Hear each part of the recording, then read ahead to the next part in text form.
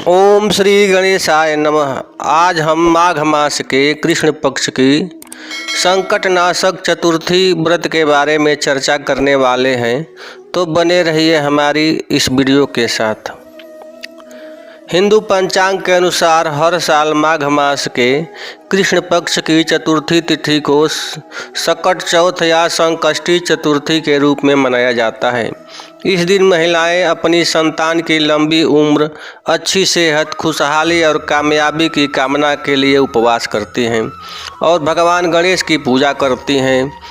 इस साल संकट चौथ का व्रत 21 जनवरी को है। संकट चौथ को तिलकुटा चौथ या माघ चतुर्थी के नाम से भी जाना जाता है। संकष्टी चतुर्थी का दिन भले ही भगवान गणेश को समर्पित हो, लेकिन इस दिन विघ्नहर्ता के साथ साथ भगवान शिव, माता पार्वती और उनके बड़े भाई कार्तिकेय की भी पूजा की जाती है। शास्त्रों के अनुसार संकट चौथ की पूजा के दौरान कुछ नियमों का पालन करना चाहिए, वरना जाने अनजाने की गई गलतियों की वजह से पूजा का पूरा फल प्राप्त नहीं होता। गणेश जी को तुलसी का पत्र न चढ़ाएं। वैसे तो संकट चौथ के दिन महिलाएं व्रत रखती हैं, बावजूद इसके अगर आप फलाहार करने की सोच रही हो तो इस दिन जमीन के अंदर उगने वाले कंदमूल का सेवन नहीं करना चाहिए। यही कारण है कि संकष्टी चतुर्थी के दिन व्यक्ति को मूली, चुकंदर, गाजर, जिमीकंद, शकरकंद आदि का सेवन नहीं करना चाहिए। ऐसा करने से आर्थिक नुकसान उठाना पड़ता है। बिना चंद्रमा देखे व्रत न खोलें। जिस तरह करवा चौथ के व्रत के दिन चाँद को अर्घ्य देने के बाद ही व्रत खोला जाता है, ठीक उसी तरह संकट चौथ व्रत के दिन भी चंद्रमा को अर्घ्य देना बहुत जरूरी होता है। चाँद को अर्घ्य दिए बिना व्रत पूर्ण नहीं माना जाता। संकट चौथ के दिन जब आप चाँद को अर्घ्य दे रही हो, उस दौरान महिलाओं को इस बात का ध्यान रखना चाहिए कि चाँद को अर्पित किए जा रहे जल के छींटे आपके पैर या शरीर पर बिल्कुल न पड़े। संकट चतुर्थी का व्रत रखने वाली महिलाओं को सूर्योदय से पहले उठ जाना चाहिए और नित्य क्रिया करके, स्नान करके भगवान गणेश की सबसे पहले पूजा करनी चाहिए। संकट चौथ के व्रत में तिल का बहुत महत्व है, इसलिए जल में तिल मिलाकर भगवान गणेश को अर्घ्य दें और साथ ही तिल का दान भी करें और तिल का सेवन भी करें। अब गणेश चतुर्थी की जो कहानी है वो बतलाने जा रहा हूँ। पार्वती जी ने पूछा कि हे पुत्र, माघ के महीने में किस गणेश जी की पूजा करनी चाहिए? उस दिन पूजन में किस चीज़ का भोग लगाना चाहिए और किस प्रकार का आहार लेना चाहिए, इसे विस्तार पूर्वक बतलाने का अनुग्रह करें। गणेश जी ने उत्तर दिया कि हे माता, माघ मास में भालचंद्र नाम के गणेश जी की पूजा करनी चाहिए। हे माते, इस दिन तिल के 10 लड्डू बनाएं, 5 लड्डू गणेश जी को चढ़ा दे और बाकी बचे 5 लड्डू दक्षिणा सहित ब्राह्मण को दान कर दें। इसके बाद स्वयं भी तिल के 10 लड्डुओं का भोजन करें। इसके बारे में मैं आपको राजा हरिश्चंद्र की कथा सुनाता हूँ। सतयुग में हरिश्चंद्र नाम के एक यशस्वी राजा हुए। वे क्षत्रिय धर्म में चतुर, सज्जन स्वभाव, सत्यवक्ता और विद्वान ब्राह्मणों के आराधक थे। हे देवी, उनके राज्य में अधर्म का नाम तक नहीं था तथा कोई भी व्यक्ति गरीब, लूला, लंगड़ा अथवा दुखी न था। सभी व्यक्ति रोग रहित और चिरायु होते थे। उनके राज्य में ऋषि शर्मा नाम के एक तपस्वी ब्राह्मण रहते थे। एक पुत्र को प्राप्त करने के बाद उनका स्वर्गवास हो गया। पुत्र का पालन पोषण उनकी धर्म पत्नी करने लगी। भिक्षा मांगकर वह विधवा ब्राह्मणी अपने पुत्र का भरण पोषण करती थी। उस ब्राह्मणी ने माघ महीने की संकटा चतुर्थी का व्रत किया। वह सदैव गोबर से गणेश जी की मूर्ति बनाकर उनका पूजन करती थी।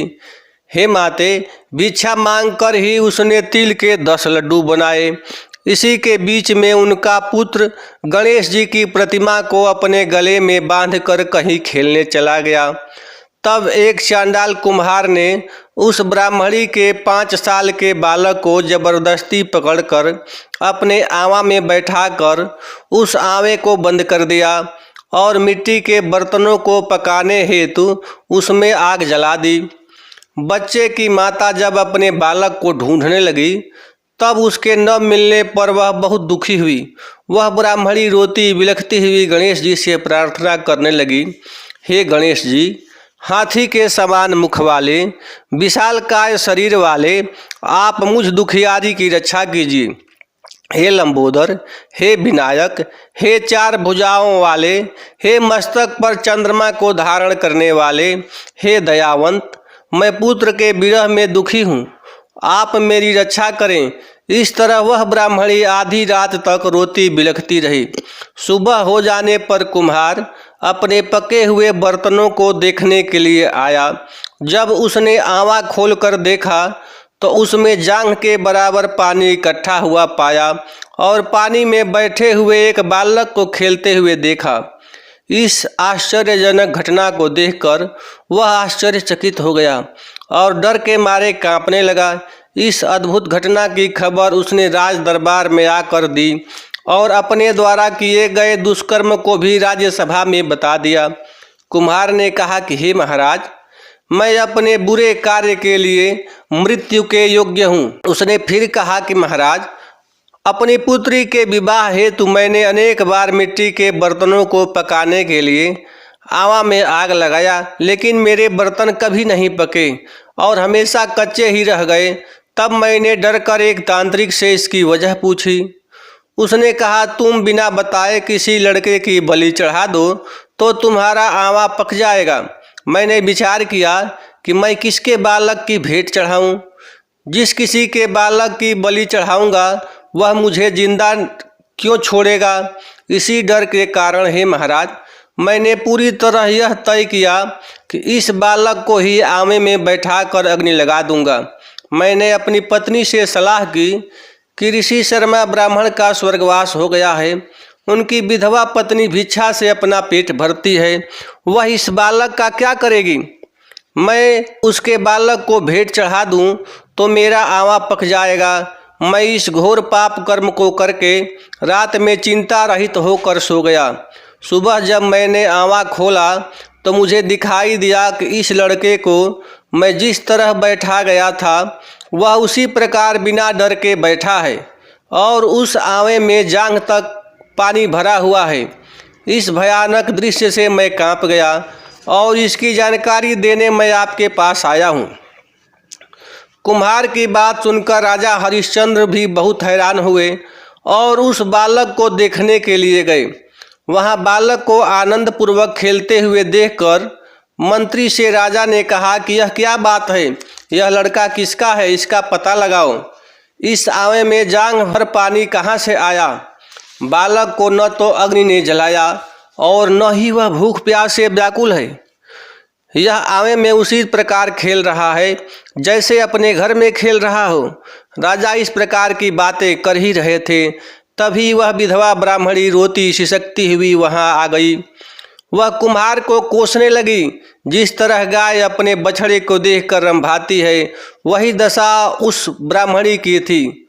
वह ब्राह्मणी अपने बालक को गोद में लेकर प्यार करने लगी और कांपती हुई राजा के सामने बैठ गई। राजा हरिश्चंद्र ने पूछा, हे ब्राह्मणी, क्या तू कोई जादू टोना जानती है या तूने कोई धर्म का कार्य किया है जिसके फल स्वरूप बच्चे को अग्नि छू तक नहीं सकी। राजा के ऐसा कहने पर वह ब्राह्मणी बोली, हे महाराज, मैं कोई जादू टोना नहीं जानती और न मैं कोई तपस्या योग आदि की विधि ही जानती हूँ। हे महाराज, मैं तो संकट नाशक गणेश चतुर्थी का व्रत करती हूँ। उसी व्रत के प्रभाव के कारण मेरा पुत्र जीवित बच गया है। ब्राह्मणी की बात सुनकर राजा ने आदेश दिया कि मेरे राज्य की सारी जनता इस संकट नाशक गणेश चतुर्थी के व्रत को करे। राजा ने कहा, हे पतिव्रते, तू धन्य है। उस दिन से नगर के सभी लोग हर मास की गणेश चतुर्थी का व्रत करने लगे। श्री कृष्ण जी ने कहा कि हे महाराज युधिष्ठिर, आप भी इस उत्तम व्रत को कीजिए।